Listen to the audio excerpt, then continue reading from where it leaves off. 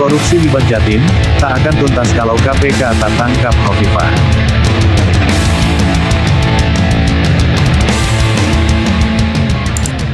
Selang 10 hari, Jaringan Kawal Jawa Timur alias Jaka Jatim kembali menggelar aksi demonstrasi terkait korupsi dana hibah Pemprov Jatim di depan kantor Bapeda Jatim dan Gedung Negara Graha di Surabaya, Kamis, tanggal 16 Januari tahun 2025.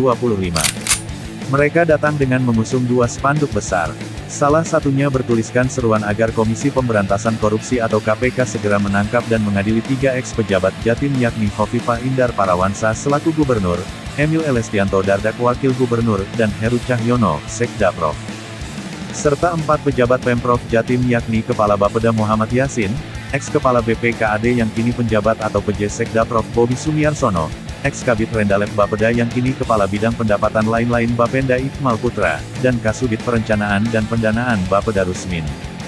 Dalam orasinya, Koordinator Jaka Jatim, Musfik meneriakkan kasus korupsi hibah Pemprov Jatim yang telah memenjarakan ex-Wakil Ketua DPRD Jatim, Sahat Wasimanjuntak dan 3 orang lainnya serta menersangkakan 21 orang tidak akan tuntas kalau KPK tak kunjung menangkap dan menersangkakan Hovifah.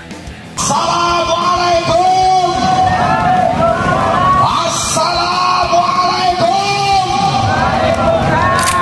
Kawan-kawan sekalian, satu komando. Dana hibah sampai detik ini tidak akan pernah tuntas karena pejabat eksekutif Jatim yaitu Hovifah Indar Parawansa dan antek-anteknya belum juga ditetapkan tersangka oleh Ketua KPK, oleh KPK kawan-kawan. Oleh karena itu, mari kawan-kawan sekalian, kita wajib hukumnya kita untuk menyuarakan kebenaran ini demi terwujudnya pemerintahan yang bersih dari korupsi kawan-kawan sekalian. Hovifah dan beberapa pejabat Pemprov Jatim patut ditangkap dan diadili KPK, tandas Musfik, karena dinilai bertanggung jawab atas kerugian negara dari kasus korupsi dana hibah sekitar 7,4 triliun rupiah sejak tahun anggaran 2019 hingga 2023 yang terlampir dalam buku 2 LHP BPK Perwakilan Jatim. Musfik merinci, tahun anggaran 2019 anggaran hibah sebesar 8,8 triliun rupiah dengan kerugian negara 2,9 triliun rupiah. Lalu tahun anggaran 2020 anggaran hibah 10 triliun rupiah kerugian negara 1,6 triliun rupiah. Berikutnya tahun anggaran 2021 anggaran hibah 9,2 triliun rupiah kerugian negara 1,6 triliun rupiah. Kemudian tahun anggaran 2022 anggaran hibah 5,5 triliun rupiah kerugian negara 412 miliar rupiah. Dan tahun anggaran 2023 anggaran hibah 2,9 triliun rupiah kerugian negara 335 miliar rupiah.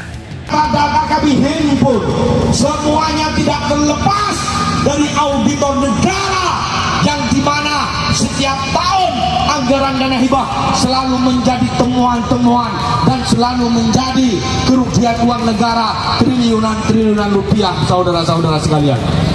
Jikalau pemerintah diam, jikalau pemerintah tidak bersuara, jikalau rakyat tidak berkuasa, maka Jawa Timur akan menjadi daerah yang menternakkan dan melahirkan koruptor-koruptor baru yang misinya adalah mencuri uang rakyat. Betul atau tidak? Betul atau tidak? Terlebih, tandas Musfik, 3 pimpinan DPRD Jatim periode tahun 2019 sampai tahun 2024 sudah ditetapkan KPK sebagai tersangka, yakni Kus diduga Kusnadi, AS diduga Anwar Sadat, dan AI diduga Ahmad Iskandar. KPK diminta tidak tebang pilih. Bahkan 3 pimpinan DPRD Jatim tersebut tak sekadar ditetapkan sebagai tersangka. Menurut juru bicara KPK Tessa Mahardika Sugiarto, aset Sadat total senilai 8,1 miliar rupiah berupa 3 unit tanah dan bangunan di Surabaya serta 1 unit apartemen di Malang turut disita. Ingat, Anwar Sadat hanya tersangka, asetnya kemudian disita. Gubernur yang dari pertama menjabat sampai 2024 kemarin diganti, asetnya masih baik-baik saja, anak buahnya masih baik-baik saja. Di sisi lain, Musfik juga minta KPK menelusuri harta kekayaan ke-7 ex dan pejabat Pemprov Jatim tersebut agar semuanya terang benderang.